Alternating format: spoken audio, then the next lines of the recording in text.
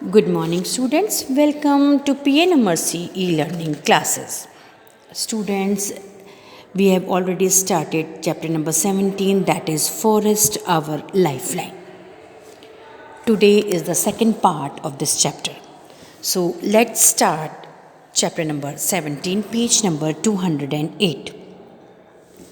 Activity 17.1.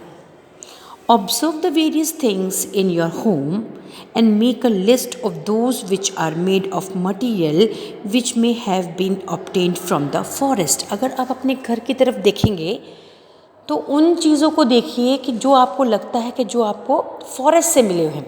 जैसे for example कोई would say बनी हुई चीज़ हो, वो जो फॉरेस्ट से आपको मिला हो, या कोई मेडिसिन हो, आयुर्वेदिक मेडिसिन होती हैं वो हो जो आपको फॉरेस्ट से मिला हो, या अगर आपके घर में कोई एनिमल है तो वहाँ उसके लिए खाने के लिए घास आई हो, गाय वगैरह आपके घर में अगर पाली हुई हो तो उसके लिए घास आई हो, तो घर में यूज़ होने वाली चीज़ें हैं. जैसे कि कुछ और एग्जांपल है, जैसे प्लाईवुड है. प्लाईवुड मतलब एक पतली सी जो वुड होती है जिससे कि फर्नीचर वगैरह बनता है, वो है. मैच स्टिक्स हैं, वो भी आपके उससे ही बनती हैं. कबोर्ड्स हैं आपके, है ना, वुड से बने हुए जो कबोर्ड्स हैं वो भी. तो उनके बारे में आप सोचिए कि ये आपको फॉरेस्ट से मिलते हैं.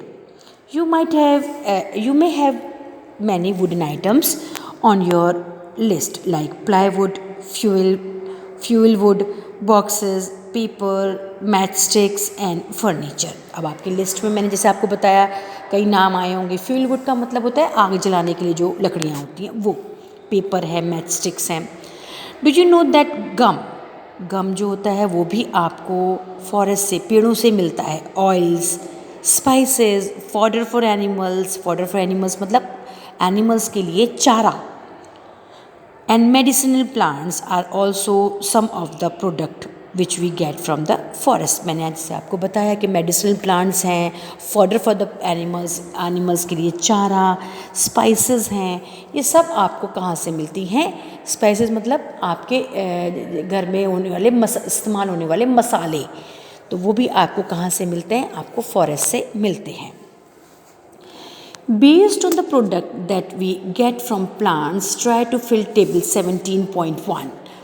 One example of each plant is already given. Fill the table by adding more examples. अब देखिए आप जैसे 17.1 जो आपकी टेबल है उसको भरने की कोशिश कीजिए कि गम आपको कहाँ से मिलता है. टिम्बर मतलब फर्नीचर बनाने के लिए लकड़ी. मेडिसिनल प्लांट्स कौन कौन से हैं, या ऑयल यील्डिंग प्लांट कौन कौन से हैं. तो इन प्लांट्स के आप वन बाय वन नेम आप उसमें टेबल 17.1 पे लिख सकते हैं. One example of each plant is already given. उस टेबल के अंदर एक एक एग्जाम्पल ऑलरेडी दिया हुआ है. जैसे गम हमें बबूल से मिलता है. टिम्बर का मतलब होता है वुड. शीशम से मिलता है. मेडिसिनल प्लांट कौन से हैं और ऑयल यील्डिंग प्लांट्स कौन से हैं. तो बाकी भी आपको भरने हैं. One example of each plant is already given. Fill the table by adding more examples. Sheila wondered who would have planted these trees. अब शीला को ये अब मतलब वो सोच रही थी कि ये सारे प्लांट्स जो हैं फॉरेस्ट में किसने ग्रो किए होंगे. Professor Ahmed reply that in nature trees produce enough seeds. Professor Ahmed ने शीला को समझाया कि नेचर के अंदर ट्रीज़ जो हैं बहुत सारे सीड्स अपने आप ही बनाते हैं. The forest floor provides favorable condition for them to germinate and develop into seedling and saplings. और जो फॉरेस्ट का फ्लोर है मतलब जो ग्राउंड है, जो सॉइल है, वो प्रोवाइड करती है फेवरेबल कंडीशन जिसके अंदर सीड्स जो है वो ग्रो हो सकते हैं और धीरे धीरे वो प्लांट्स में कन्वर्ट हो जाते हैं. Some grows up into trees. He added that branchy part of a tree above the stem is known as crown of the tree. अब प्रोफेसर अहमद ने आगे और समझाया कि जो ब्रांच वाला पार्ट होता है ट्री का स्टेम के ऊपर, उसे हम क्या बोलते हैं? Crown of the tree.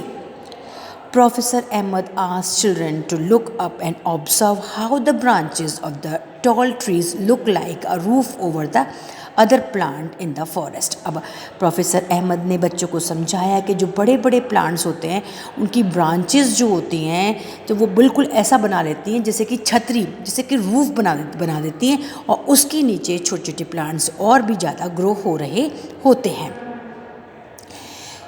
He told them that this is called a canopy. इसको क्या बोलते हैं हम? Canopy. Now we will perform activity 17.2. Visit a forest or a park in your neighborhood. Observe the trees and try to identify them. कहीं आपके घर के आजू बाजू अगर कहीं फॉरेस्ट है या कहीं पार्क है तो वहाँ पर आप जाके देखो और वहाँ जाके देखो कि कौन कौन से ट्रीज़ उस पार्क में या फॉरेस्ट में ग्रो हो रखे हैं. You can take help of your elders और बुक ऑन ट्रीज़. अगर आपको समझ में नहीं आ रहा है तो अपने बड़ों से पूछ सकते हैं कि पापा या मम्मी ये किसके प्लांट्स हैं या किसके ट्रीज़ हैं ये.